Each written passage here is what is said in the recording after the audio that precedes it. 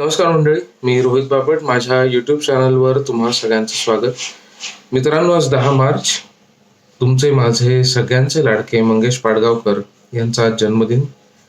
10 मार्च 1929 साली वेंगुर्ल्याला त्यांचा जन्म झाला आणि हा जिप्सी शब्दांच्या आणि भावविश्वाच्या जगामध्ये संचार करणारा, मुक्त संचार करणारा हा जिप्सी आपल्या आयुष्यात आला, अजूनही आहे आणि यापुढेही राहील. त्यांची आठवण म्हणून त्यांची एक कविता जी मला आवडली, छोटी आहे पण एक कलाकार आणि चाहता किंवा रसिक यांच्यामधलं जे एक फार अश्राप असं एक जे नातं आहे ते या कवितेमध्ये दिसतं. आणि एखाद्या कलेच्या प्रस्तुतीमुळे किंवा एक कलेमुळे माणसात काय फरक होतो आणि कला माणसाला काय शोधून देते, शोधायला लावते, हे सांगणारी ही कविता आहे. कवितेचं नाव आहे चेहरा. आधी ती आपण कविता बघूयात आणि मग त्याचा अर्थ आपल्याप्रमाणे समजून घ्यायचा प्रयत्न करूयात. चेहरा. त्या माणसाला चेहराच नव्हता. अचानक पण एक आश्चर्य घडलं. बिन चेहऱ्याचा तो माणूस मैफिलीत गाणं ऐकू लागला. तेव्हा त्याला चेहरा आला. त्याचे डोळे, त्याचे ओठ गाण्याला दाद देऊ लागले. गाण्याला दाद देता देता त्याचा चेहरा उजळला. आता फक्त एकच प्रश्न आहे. उजळलेल्या चेहऱ्याचा तो माणूस घरी जाईल तेव्हा त्याच्या घरची माणसं त्याला ओळखणार नाहीत, कारण त्याचा चेहरा त्यांनी कधीच पाहिला नव्हता. तर मित्रांनो, ही कविता आहे चेहरा, पाडगावकर यांची. आज पाडगावकरांचा जन्मदिन असल्यामुळे आणि पाडगावकर हे मुळात आयुष्यावर प्रेम करणारे कवी असल्यामुळे फारसं त्यांच्या सिरियस कवितेकडे मी गेलो नाही. पुन्हा कधीतरी घेऊया. त्यांच्या अनेक कविता आहेत ज्याच्यामध्ये आपण दुःखाचं, वेदनांचं खूप जवळून पाहिलेलं आकलन बघू शकतो. पण हा जो चेहरा पाडगावकर आपल्याला दाखवतात आपलाच, तो चकित करणारा तर आहे, नाही असं नाही, पण हे वास्तव सुद्धा आहे. त्या माणसाला चेहराच नव्हता. आता चेहरा म्हटलं की मग इथे मी जो अर्थ समजला तो होता मुखवटा. की त्या माणसाला चेहराच नव्हता याचा अर्थ असा आहे की स्वतःचा चेहरा काय आहे हे त्याला माहितीच नव्हतं. मी कोण आहे, मला काय आवडतं, काय ऐकल्याने मला बरं वाटतं, काय ऐकल्याने मला कुठल्या कुठल्या भावनांची जाणीव होते, मी सुद्धा एक माणूस आहे याची जाणीवच नव्हती. कारण की जगाच्या त्या रहाटगाड्यामध्ये माणूस कुठे ना कुठे स्वतःचं अस्तित्व, स्वतःचं स्वतःपण जे आहे ना ते विसरून जातो आणि मग वेगवेगळे मुखवटे चढून बसतो. कधी ऑफिसातला मुखवटा, कधी घरातला मुखवटा, कधी लोकांच्या समोरचा मुखवटा, कधी नातेवाईकांच्या बरोबरचा मुखवटा. पण आपण कसे आहोत ही स्वतःची स्वतःला ओळख कधी आपली पटकन होत नाही. कारण की आपण त्या मुखवटा उतरवतो न उतरवतो तोच दुसरा अंगावर चढवावा लागतो. तो उतरवतो तोपर्यंत दुसरा कुठला तरी आणखीन चेहऱ्यावर चढवावा लागतो. तर हे संगीत खुर्ची चालू असते मुखवट्यांची, त्यामध्ये आपला चेहराच आपण विसरून जातो. तशा त्या माणसाची ही गोष्ट आहे. त्या माणसाला चेहराच नव्हता. त्याला माहितीच नव्हतं की आपण कसे आहोत. अचानक पण एक आश्चर्य घडलं. बिन चेहऱ्याचा तो माणूस मैफिलीत गाणं ऐकू लागला. आता हे अचानक घडलं हे तितकंच खरं आहे, कारण की अशी जी माणसं असतात की ज्यांना आयुष्यभर सारखे मुखवटेच बदलायचे असतात, त्यांना स्वतःचं काही असं नसतं. स्वतःची आवड निवड, काही एक ज्याला आपण म्हणतो की छंद आहेत वगैरे, तो काही प्रकारच नसतो त्याच्यामध्ये, व्यासंग नाही वगैरे, तसं काही नसतंच. पण कधी कधी होतं काय, जे तुमचं मूळ तत्व आहे, जी तुमची मुळातली जी आवड आहे ना ती लपून राहत नाही, ती बाहेर येते. कधी ना कधी असा माणूस ते गाणं ऐकायला मैफिलीत जाणार. तर मैफिल सुद्धा कशी, मैफिल हा शब्द देखील का आला असेल, खरं तर गाणं ऐकणं असंही सुद्धा म्हणू शकतो आपण. पण मैफिलीत जाण्याचं यासाठी मैफिलीचा अर्थच हा आहे की मैफिल जी आहे ना ती रसिकांसाठी जमलेली असते. मैफिल अशी कोणाची वगैरे होत नाही. मैफिल रसिकांची जमलेली असते. रसिक मंडळी ज्यांना त्या गोष्टीची आवड आहे, समजत असो नसो ही पुढची गोष्ट, पण त्याची आवड आहे, तीच मंडळी मैफिलीत जातात आणि त्यांच्याच समोर कलाकार खरा खुलतो. बिनचेहऱ्याचा तो माणूस मैफिलीत गाणं ऐकू लागला तेव्हा त्याला चेहरा आला. आणि ते गाणं म्हणजे तरी काय, गाणं हे एक प्रकारचं साधन आहे. गाणं हे काही गाणं म्हणजे गाणंच असलं पाहिजे असं नाही. कुठलीही गोष्ट असू शकते, कुठलाही व्यासंग छंद असू शकतो. पण गाणं हे एक आपण साधन म्हणून, एक टूल म्हणून आपण घेतोय की जसं त्याच्या आवडीच्या गोष्टी त्याच्या कानावर पडू लागल्या आणि ते कलेच्या गोष्टी, हा उगीच कुठल्या पण नाही, त्याच्या डोळ्यासमोर दिसू लागल्या तेव्हा त्याला चेहरा आला. तेव्हा आधी त्याच्या चेहऱ्यावरचे जे मुखवटे होते ना, ते मुखवटे आधी गळून पडले, त्याला चेहरा आला. त्याच्या मूळ रूपामध्ये तो आला. कारण की जेव्हा तो मैफिलीत येत होता बाहेरनं, तेव्हा मुखवटा तो चढूनच आला होता ना, कारण की त्याचा चेहराच नव्हता त्याला. अनवधानाने म्हणा, एक अपघात म्हणा, म्हणून तो या मैफिलीत आला, पण तो मुखवटा घेऊनच बसलेला होता. पण जसं तो गाणं ऐकू लागला तसं त्याला चेहरा आला. तो मुखवटा गळून पडला. त्याचे डोळे, त्याचे ओठ गाण्याला दाद देऊ लागले. जे डोळे निस्तेज झाले होते, त्यांच्यातली चमक जी आहे ती रोजच्या राडगाडग्यानी घालवून टाकलेली होती, त्या डोळ्यांमध्ये चमक दिसायला लागली. कारण की ते भाव जेव्हा भिडतात ना तुम्हाला, तेव्हा ते डोळ्यांमध्ये जाणवतं. एखादी गोष्ट जेव्हा आपण कोणाला सांगतो आणि ती त्याला भावते ना, तर पहिली प्रतिक्रिया जी येते ती डोळ्यांमधनं येते. डोळे फार बोलके असतात आणि असे निस्तेज किंवा कृत्रिमरित्या बोलणारे हे जे डोळे आहेत, ते आता गाणं ऐकून बोलायला लागलेत, प्रतिक्रिया देऊ लागलेत. म्हणजे हळूहळू स्वतःची आवड आणि त्याचे भाव जे आहेत हे आता मूळ रूपात यायला लागलेले आहेत. त्याचे ओठ गाण्याला दाद देऊ लागले, त्याचे डोळे, त्याचे ओठ गाण्याला दाद देऊ लागले.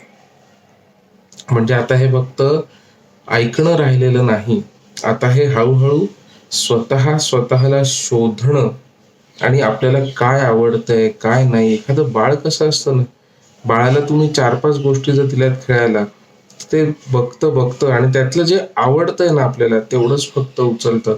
माणसाचं पण तसंच आहे. माणसाचा मूळ स्वभावच हा आहे की हळूहळू आपल्याला काय आवडतंय काय नाही हे हळूहळू उकलायला लागतं आपल्याला. गाण्याला दाद देऊ लागले. आता हळूहळू ते समजायला लागले की काय आवडतंय काय नाही. आणि दाद देणे याचा अर्थ असा आहे की आणखीन मागणे, हा सुद्धा एक त्याचा अर्थ होतो. की दाद का देतो आपण, की आपल्याला आणखीन हवंय हे सांगायचा एक प्रयत्न असतो. गाण्याला दाद देता देता त्याचा चेहरा उजळला. तो जो मुखवटा होता तो गळून पडला. स्वतःची ओळख व्हायला लागली. आणि ओळख होता होता आपल्याला काय आवडतंय, स्वतःला शोधण्याचा जो प्रयत्न जो आहे तो हळूहळू सफल होताना दिसतोय. कुठेतरी स्वतःचा शोध लागतोय आणि गाण्याला दाद देता देता त्याचा चेहरा उचलला. त्याला स्वतःचा पत्ता सापडला की मी कोण आहे, माझा मूळ गुणधर्म काय आहे, मला काय आवडतं, मी कोण आहे माणूस म्हणून आणि चाहता म्हणून, श्रोता म्हणून, रसिक म्हणून मी कोण आहे.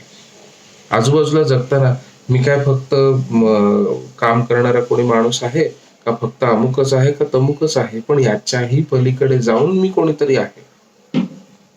हु एम आय हा जो प्रश्न जो आहे त्याचं उत्तर हळूहळू त्याला मिळू लागतं. आता हे शब्दात मांडण्याजोगं आहे का, नाही. ही अनुभूती आहे, ही शब्दात मांडण्यासारखी नाही. पण एखाद्याला अनुभूती झालेली आहे हे मात्र आपल्याला त्याच्या चेहऱ्यांवरून, त्याच्या भावांवरून आपल्याला बरोबर कळतं. पण पण आता गंमत अशी झाली की आता फक्त एकच प्रश्न आहे. उजळलेल्या चेहऱ्याचा तो माणूस घरी जाईल तेव्हा त्याच्या घरची माणसं त्याला ओळखणार नाहीत. कारण की त्याचा चेहरा कधी उजळलेला नसतोच जेव्हा तो घरी जातो. हे आयुष्याचं वास्तव आहे, हे सत्य आहे.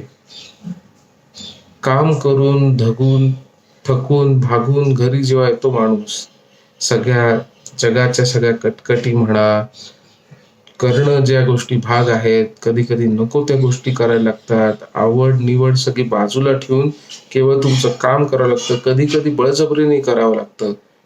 या सगळ्यामध्ये माणूस स्वतःला कुठेतरी हरवून जातो आणि त्या हरवून जाण्याची घरच्यांना सवय लागलेली आहे की अरे हा हरवलेलाच आहे माणूस. पण आज जेव्हा हा मैफिलीत गेला आणि स्वतःला जेव्हा त्यांनी ओळखलं तेव्हा ती जी चमक आहे चेहऱ्यातली, पाडगावकरांना भीती वाटते की याला ओळखणार का घरचे. एकच प्रश्न, याला तो ओळखणार का. कारण की गंमत अशी आहे, जशी आपली आपल्याला सवय होऊन जाते ना काही मुखवट्यांची, तशी आपल्या आजूबाजूच्या लोकांना देखील सवय होऊन जाते त्या मुखवट्यांची. आणि ती सवय मोडीत काढणं हे प्रचंड अवघड गोष्ट आहे. कारण की एके दिवशी अचानक तुमच्यात जर बदल झाला तर आजूबाजूचे लोक सुद्धा तुमच्याकडे प्रश्नांकित नजरेने बघतात की याला काय झालं, याला काय झालं. आणि त्याच्यामध्ये कधी कधी त्यांची भीती देखील असते की उद्या जर हा खरोखरीच बदलला तर आपलं काय, उद्या खरोखरीच असं झालं तर आपलं काय. नोकरी करणारा माणूस, आपण काही उदाहरणं बघतो की कोणी इंजिनियर असतो, कोणी डॉक्टर असतात, कोणी कामं करत असतात काय काय, आणि ते सोडून अचानक त्यांना जाणीव होते की खरं तर आपला ओढा जो आहे तो हे करण्यात आहे. काही उदाहरणं आपण बघतो की IT चा जॉब सोडून, कुठल्या बँकेचा जॉब सोडून कोणी वाईल्ड लाईफ फोटोग्राफी करतंय, कोणाला आणखीन काही आवडतंय, कोणी संगीत क्षेत्रात गेलंय वगैरे, खूप त्याच्यामध्ये उदाहरणं आपल्याकडे आहेत. पण कल्पना करा जेव्हा त्यांनी आपल्या घरी हे सांगितलं असेल की मला हे करावंसं वाटतंय, तेव्हा त्या घरच्यांची काय अवस्था झाली असेल. कदाचित ते घाबरलेच असतील आणि त्यांना प्रश्न पडला असेल की हे कुठलं नवीन भूत डोक्यावरती आलेलं आहे. ती भीती आहे. म्हणजे गंमत बघा, सहज आता विचार करता करता म्हणून सुचलं, माणूस जोपर्यंत खोटा असतो तोपर्यंत तो नॉर्मल असतो. जेव्हा तो स्वतःला ओळखायला लागतो तेव्हा तो ॲबनॉर्मल वाटायला लागतो. पटतंय का बघा.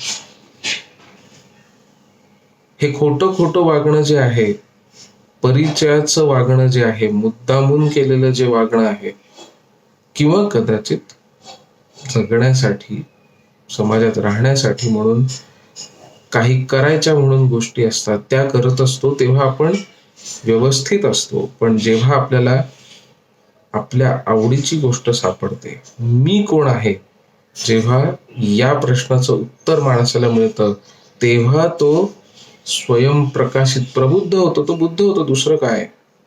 बुद्ध या शब्दाचा अर्थच मत असा आहे की ज्याला आत्मज्ञान झालेलं आहे. आता ज्याला हे समजलेलं आहे की मला काय आवडतं, मी कोण आहे, मला काय हवंय, आयुष्याकडून मला काय हवंय आणि मला आयुष्याला काय द्यायचंय, जेव्हा हे समजायला लागतं ना तेव्हा बरेचदा या प्रश्नाचं उत्तर जे आहे ना ते आपल्या आयुष्याच्या, आपण जे आयुष्य जगतोय त्या आयुष्याच्या चौकटीत बसणारं नसतं. इथे खरी गोम आहे. काही जणांना ती चौकट मोडता येते, काही जणांना ती चौकट मोडता येत नाही आणि मग त्यांची सुरू होते ती घुसमट. कदाचित हा जो माणूस आहे मैफिलीत गेलेला, त्याच्या नशिबी काय आहे ते काही कवितेतून कळत नाही. पण जेव्हा त्याला स्वतःचा चेहरा मिळाला आणि तो उजळलाय तेव्हा मात्र पाडगावकरांना भीती वाटते की याला ओळखतील का आता ही माणसं, आणि ओळखलं नाही तर काय करणार. हा माणूस काय करेल. याच्याकडे दोनच मार्ग आहेत. एक तर स्वतःला ओळखलेलं जे आहे ते विसरून जाणे, किंवा स्वतःला जे ओळखलेलं आहे त्याचा पाठलाग करणे किंवा त्याच्या दिशेने जायचा प्रयत्न करणे. पण त्याच्या दिशेने जाण्यासाठी तुम्हाला कैक प्रश्नांकित नजरांना भिडावं लागेल, त्यांना कधी कधी चुकवावं लागेल. आणि ते जर करायचं नसेल तर जगण्याची आयुष्याची चौकट आहेच घुसमट होण्यासाठी, कारण त्याचा चेहरा त्यांनी कधी पाहिलाच नव्हता. सगळे मुखवटे बघून बघूनच आपण माणसांना ओळखतो, पण मूळ माणसाला जाणून घ्यायची आपण कधी तसदीच घेत नाही.